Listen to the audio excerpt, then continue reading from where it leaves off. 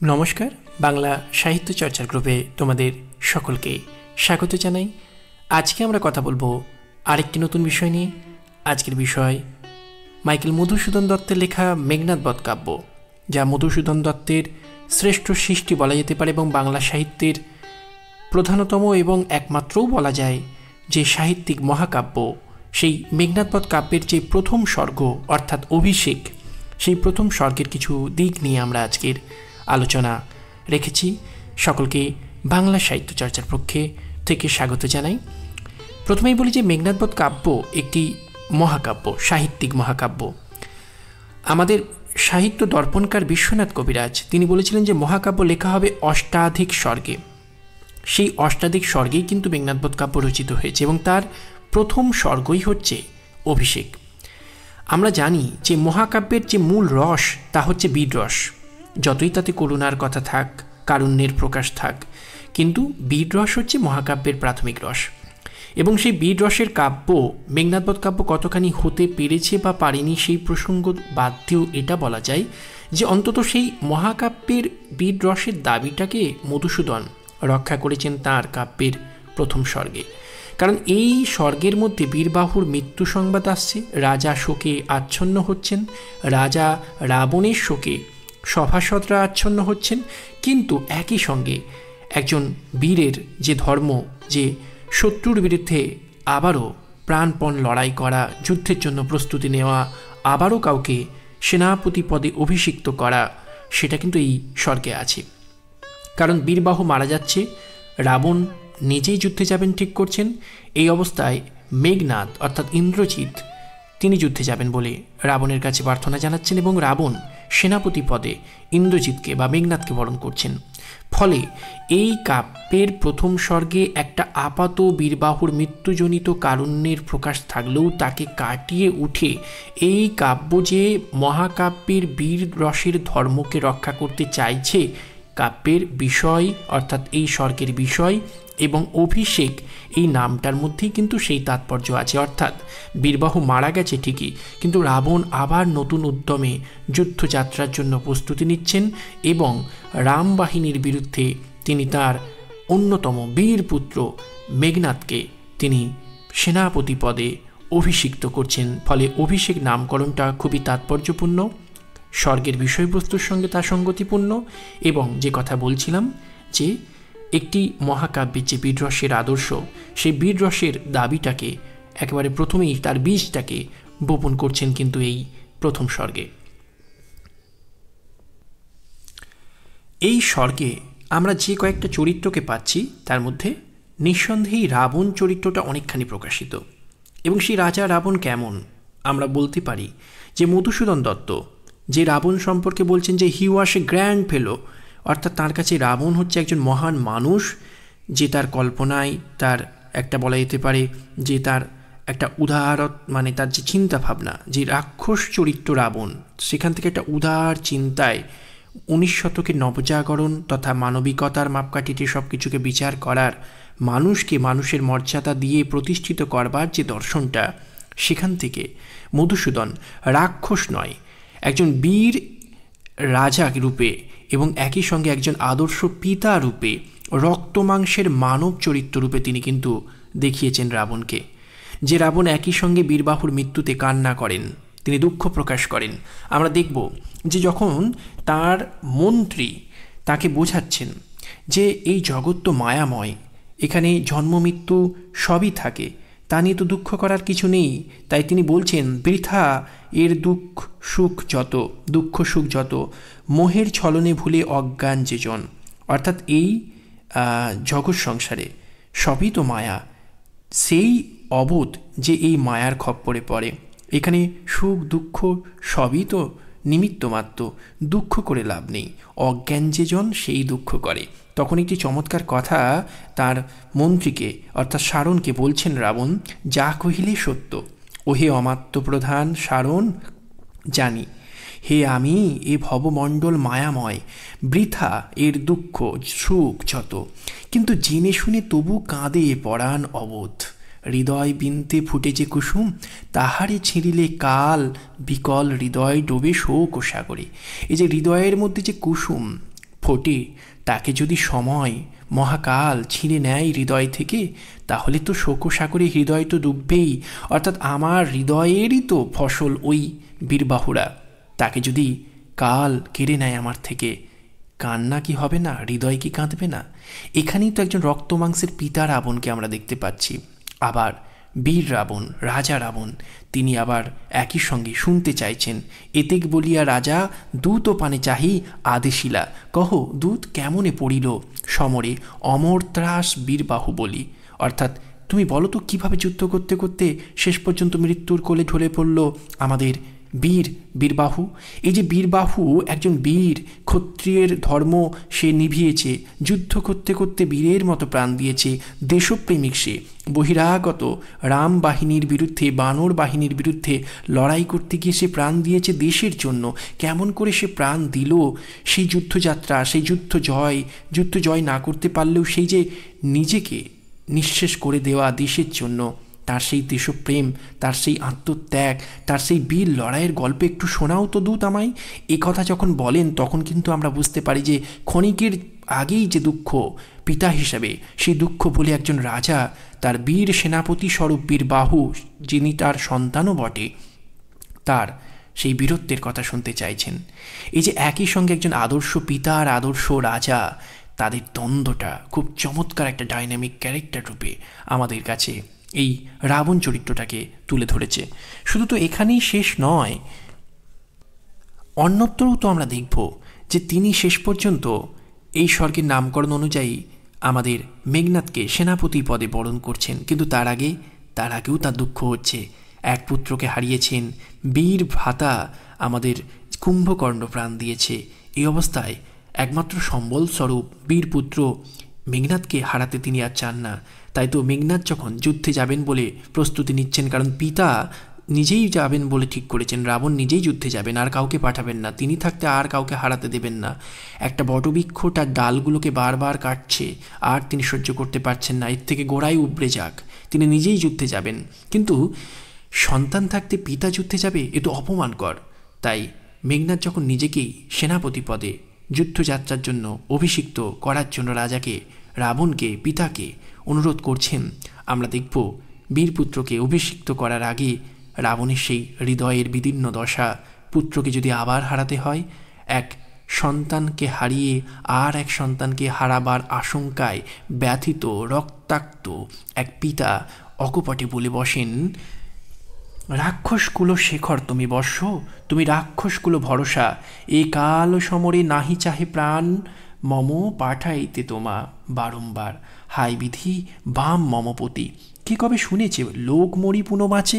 এই যে বিধাতার প্রতি নির্ভরতা, এটাই তো একজন মানব চরিত্রের বৈশিষ্ট্য। বিধাতাকে তিনি মানছেন, কিন্তু তিনি বিশ্বাস রাখেন নিজের শক্তিতে, আপন পুত্রের প্রতি, নিজের প্রতি। কিন্তু হারানোর ভয়টাও তো থাকবে, তিনি যে রক্ত মাংসের মানুষ, একজন পিতা। তাই তো তিনি বলেন যে বিধাতা বোধহয় আমার প্রতি বিমুখ। তাই ওই পক্ষের মানুষগুলো যারা লড়াই করছে, তারা মৃত্যুর পরও কেমন করে আবার বেঁচে ওঠে, দেবতারা বোধহয় তাদের সঙ্গে আছেন। আমরা তো দেবতাদের সান্নিধ্য পাবো না।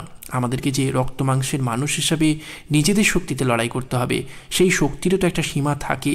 তাই সন্তানকে অভিষিক্ত করার আগে রাজা রাবণ, পিতা রাবণ বলা ভালো, কেঁদে উঠছেন, যে তিনি বলছেন, নাহি চাহে প্রাণ মম পাঠাইতে তোমা বারংবার। এই যে কথাগুলো বলেন, তিনি তো একজন আদর্শ রাজার পাশাপাশি আদর্শ পিতা। তার ভেতরের যে পিতার সত্তা, তার রক্তক্ষরণকে আমরা বুঝতে পারি।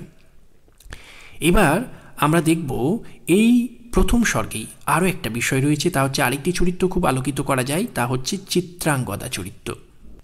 এই চিত্রাঙ্গদার কথা আমরা সেইভাবে বাল্মীকির রামায়ণে পাই না, কিন্তু কীর্তিবাস তাঁর সম্পর্কে যেটুকু তথ্য দিচ্ছেন, যে চিত্রাঙ্গদা চিত্রসেন গন্ধর্বের কন্যা।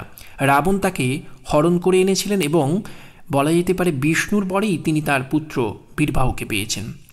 এখন এই যে জায়গাটা একটা প্রেক্ষাপট তৈরি হয়ে যাচ্ছে, যে ইতিহাস আমরা এই বলা যেতে পারে চিত্রাঙ্গদার সম্পর্কে জানতে পারছি, তা থেকে একটা জিনিস স্পষ্ট, যে চিত্রাঙ্গদার সঙ্গে রাবণের খুব ভালো দাম্পত্য জীবন ছিল না। তিনি তার পুত্রকে পেয়েছেন বিষ্ণুর বরে, তাকে অপহরণ করে আনা হয়েছে। আমাদের মনে পড়বে যে মধুসূদন দত্ত মেঘনাদ বধ কাব্যের পাশাপাশি বীরাঙ্গনা কাব্য লিখেছেন, যেখানে 19 শতকের নবজাগরণের প্রেক্ষিতে রোমক কবি অভিধের আদর্শে তিনি পুরাণের নারী চরিত্রগুলোকে ব্যক্তি স্বাতন্ত্র্যময়ী নারীরূপে, একালের নারীরূপে, যারা নিজেদের কথা এই পুরুষ শাসিত সমাজের কাছে সোচ্চারে ঘোষণা করতে পারে তেমন ব্যক্তিত্বময়ী নারী রূপে দেখিয়েছেন। আমরা কি বলতে পারি না তেমনই একটি চরিত্র চিত্রাঙ্গদা? চিত্রাঙ্গদা যেভাবে প্রকাশ্য রাজসভায়, যে নারীর বাইরে বেরোনো বারণ, সে যেভাবে প্রকাশ্য রাজসভায় এসে রাবণকে এই যা কিছু ঘটেছে বীরবাহুর মৃত্যুর জন্য দায়ী করছেন, তা কি একজন ব্যক্তি স্বাতন্ত্র্যময়ী নারী যার বেঁচে থাকাটা তার পুত্রকে ঘিরে, সেই পুত্রকে তিনি গচ্ছিত রেখেছিলেন একজন পিতা তথা আরও ভালো করে বললে একজন রাজার কাছে। রাজার দায়িত্ব প্রজাদেরকে পালন করা সন্তান স্নেহে, সেই প্রজা, সেই গচ্ছিত ধন তাকে তো রক্ষা করতে পারেননি রাবণ। তাই রাবণের কাছে কৈফিয়ত চাইছেন যে কেন তার পুত্রকে মরতে হলো। তার তো বেঁচে থাকা রাবণকে নিয়ে নয়, রাবণের সঙ্গে তার তো স্বামী স্ত্রীর সেই মধুর সম্পর্ক নেই যতটা মন্দোদরীর সঙ্গে আছে। ফলে স্বামীকে রেয়াত করে চলা তাঁর পক্ষে সম্ভব নয়, কারণ তিনি ভুলতে পারেন না তাকে অপহরণ করা হয়েছিল। তার বেঁচে থাকাটা তার সন্তানকে ঘিরে, সেই সন্তানের ওপর আঘাত এসেছে, সেই সন্তানকে তিনি হারিয়েছেন। এই অবস্থায় প্রকাশ্য দরবারে রাবণের প্রতি তার কৈফিয়ত দাবি, সেটাও কিন্তু লক্ষ্য করবার মতো, যা একান্তভাবেই 19 শতকের প্রেক্ষাপটে যে ব্যক্তিত্বময়ী নারী চরিত্রদেরকে তিনি এঁকেছেন তার বীরাঙ্গনা কাব্যে, সেই বীরাঙ্গনাদেরই যেন একজন হয়ে ওঠেন আমাদের চিত্রাঙ্গদা। তিনি যেন জনার মতো, কৈকেয়ীর মতো একটি চরিত্র, যে তার ব্যক্তিত্বের, ব্যক্তি স্বাধীনতার, নিজের অধিকার ঘোষণা করবার সেই প্রেক্ষাপটটাকে তৈরি করছে মূলত মাতৃত্বের দাবি নিয়ে, যেখানে আমরা দেখতে পাই যে চিত্রাঙ্গদা একেবারে প্রকাশ্য দরবারে সোচ্চারে রাবণকে উদ্দেশ্য করে বলছেন, হায় নাথ, নিজ কর্মফলে মজালে রাক্ষসকুলে মজিলা আপনি। অর্থাৎ তুমি যে পুত্রকে হারালে, যে পুত্রকে আমি হারালাম, সে তো বীরের মতো যুদ্ধ যতই করুক, এর মধ্যে তো কোনো বীরত্ব নেই। তুমি তো সীতাকে অপহরণ করে এনেছো। এই যুদ্ধ অন্যায় যুদ্ধ। রাম বাহিনী যে যুদ্ধ করছে তারা ন্যায়ের পক্ষে, তুমি অন্যায়ের পক্ষে। তোমার এই অন্যায় যুদ্ধে সাথ দিয়ে দেশের নাম করে তুমি আমার পুত্রকে হারিয়ে দিলে। সেই পুত্রের তো এর মধ্যে কোনো গৌরব নেই, এ তো কলঙ্কের। তুমি তো নিজের দোষে নিজের রাজ্যকে নষ্ট করেছ। আমার পুত্রকে তোমার হাতে তুলে দিয়েছিলাম, তাকে অন্যায় যুদ্ধে পাঠিয়ে তুমি তাকে আমার থেকে কেড়ে নিয়েছো। ফলে মা হিসাবে, ব্যক্তিত্বময়ী নারী রূপে শুধুমাত্র মন্দোদরীর মতো স্বামীর পায়ে মাথা ঠেকানো এই নারীর কর্তব্য নয়। সে অনায়াসে বলতে পারে স্বামী ভুল করেছে।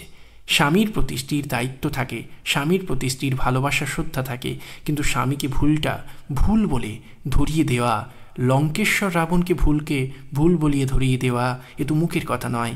ব্যক্তিত্বময়ী এক দৃঢ়চেতা নারী, ব্যক্তিত্বের অধিকারী রূপে চিত্রাঙ্গদা চরিত্রটিকে মধুসূদন যেন 19 শতকের নবজাগরণ এবং তার প্রেক্ষাপটে ব্যক্তি স্বাতন্ত্র্যময়ী নারী চরিত্রের যে দেখা তিনি আমাদেরকে দিয়েছেন তার বীরাঙ্গনায়, এখানে আমাদের চিত্রাঙ্গদা তেমনই এক বীরাঙ্গনা।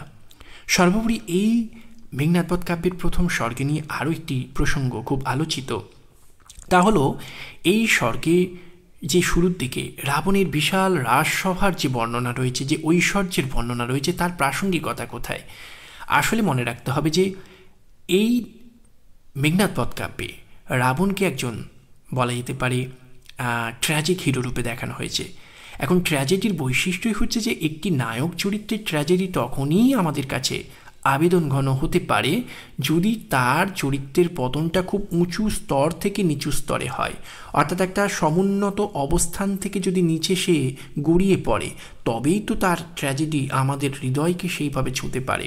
তাই এই যে বীরবাহুর মৃত্যুতে রাবণ শোকস্তব্ধ হয়ে গেলেন, রাবণের শোকে গোটা সভাসদ শোকগ্রস্ত হলো, এই যে শোকের আগুনটা শেষ পর্যন্ত সকলকে ঝলসে দিল, হৃদয়টাকে খাঁ করে দিল, সেই ট্র্যাজেডির মুখোমুখি রাবণকে করে দেবার আগে লেখক মধুসূদন আগে যে রাজসভার যে ঝলমলে পরিবেশ, যে ঐশ্বর্য, যে বিলাস বৈভবের পরিচয় দিয়েছেন, সেটা যেন রাবণের একটা সমৃদ্ধি, তার একটা অহংকার, তার একটা বীরত্ব, তার একটা পরিপূর্ণতার পরিচয়কে তুলে ধরে, যেখান থেকে এরপরই রাবণ বীরবাহুর মৃত্যুতে কান্না করবে। অর্থাৎ বীরবাহুর মৃত্যুতে রাবণের যে কান্না, তার যে ট্র্যাজেডি, সেটাকে একটা আবেগ ঘন, আরও ঘনীভূত, আরও বেশি মর্মস্পর্শী করার জন্যই মধুসূদন প্রথমে আঁকলেন তার সমৃদ্ধি, তারপর সেই সমৃদ্ধি থেকেও কেমন করে পুত্রকে হারিয়ে রাবণ কাঁদতে পারে তার সেই ট্র্যাজেডিকে দেখালেন, যার মধ্য দিয়ে একটা বৈপরীত্য তৈরি হয়ে রাবণ চরিত্রটা অনেক বেশি সমুজ্জ্বল হলো।